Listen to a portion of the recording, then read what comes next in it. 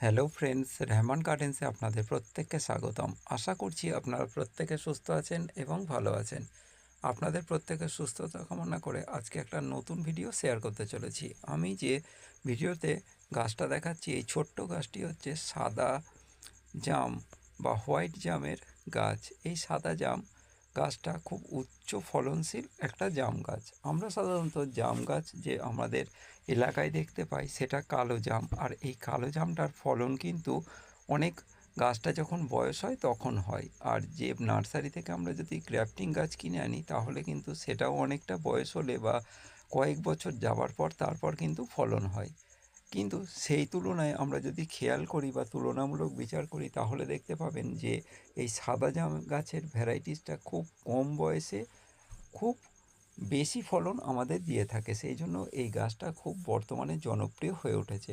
আপনাদের ছাদ বাগানে যদি এই সাদা জামের গাছটা না থাকে তাহলে অবশ্যই আপনি আপনাদের ছাদ বাগানে এই সাদা জামের গাছটা বসান। আর বাড়িতে যদি ফাঁকা জায়গা থাকে জাম গাছ বসানোর মতো তাহলে অবশ্যই কালো জাম না বসিয়ে সাদা জাম আপনি বসাতে পারেন। এটার ফলন যেমন হবে আর তেমনি এর ফলে ঝরে যাওয়ার প্রবণতা বা টবে থাকলে যে জাম না হবে বা হবে না আমরা ভেবে থাকি সেটা থেকে অনেক কিন্তু নিশ্চিন্ত থাকবেন। কারণ এর ফলন দেখুন, একটা ছোট্ট প্যাকেটে আমার এই গাছটা আমি আমার মাদার গাছ থেকে কলম করেছিলাম, 1 বছরের বয়স হয়নি এখনও, কিন্তু দেখুন কতগুলো জাম ধরে গেছে। এই সবুজ সবুজ যেগুলো আপনারা দেখতে পাচ্ছেন এগুলো কিন্তু গুটি ধরে গেছে, আর এই গুটি ঝরে যাওয়ার প্রবণতা এই জামের প্রায় নেই বললেই চলে।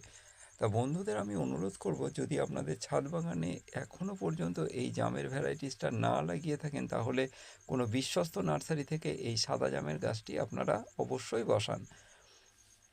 সাদা জামের গুটিগুলো দেখুন প্রচুর পরিমাণে এর ধরন, আর ফুলগুলো আপনি যদি স্প্রে করেন তাহলে দেখবেন যে একটা ফুল থেকে যে গুটি হবে সেই গুটি একটাও ঝরবে না। আমি কিন্তু কোনো স্প্রে করিনি, কারণ আমি জানি এগুলো আমরাই খাবো, সেই জন্য স্প্রে করে আমার অতিরিক্ত খরচ বাড়ায়নি। আমি মনে করি যে এগুলোর স্বেচ্ছায় যেটা হবে বা পরিবেশের যেটা তৈরি হবে সেটাই আমি আমার গাছের জন্য রাখবো, কারণ আমি স্প্রে অতটা পছন্দ করি না।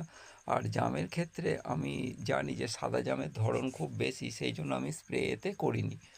এর আগের বছরই কিন্তু আমার ওই মাদার গাছটাতে কিনে আনার পর নতুন গ্রাফটিং গাছে তাই ফলন এসছিল, সেটা পিঁপড়েতে খেয়েছিল। এবার আমি দেখব আমার এই গাছটায় কেমন ফলন হয়, সেটাও আমি আপনাদের সঙ্গে শেয়ার করব। আর যদি ভিডিওটা আপনাদের ভালো লেগে থাকে তাহলে অবশ্যই সাবস্ক্রাইব করবেন, আর যদি ভুল ত্রুটি হয়ে থাকে তাহলেও কমেন্ট করে জানাবেন। প্রত্যেকের প্রতি ভালোবাসা রইল, প্রত্যেকে ভালো থাকবেন, সুস্থ থাকবেন। আজকের ভিডিও এইটুকুই। সবাই ভালো থাকবেন, নমস্কার।